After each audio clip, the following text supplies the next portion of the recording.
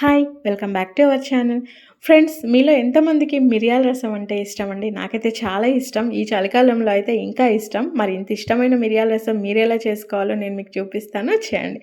అందుకోసం అయితే 2 స్పూన్స్ మిరియాలండి, ఇక్కడ 2 బంచ్ల వెల్లుల్లి పొట్టు తీసి పక్కన పెట్టుకున్నాను. తర్వాత మనకు పోపులోకి వేసుకోవడానికి కరివేపాకు. తర్వాత ఆనియన్, పచ్చిమిర్చి, టొమాటో కట్ చేసి పక్కన పెట్టుకున్నా.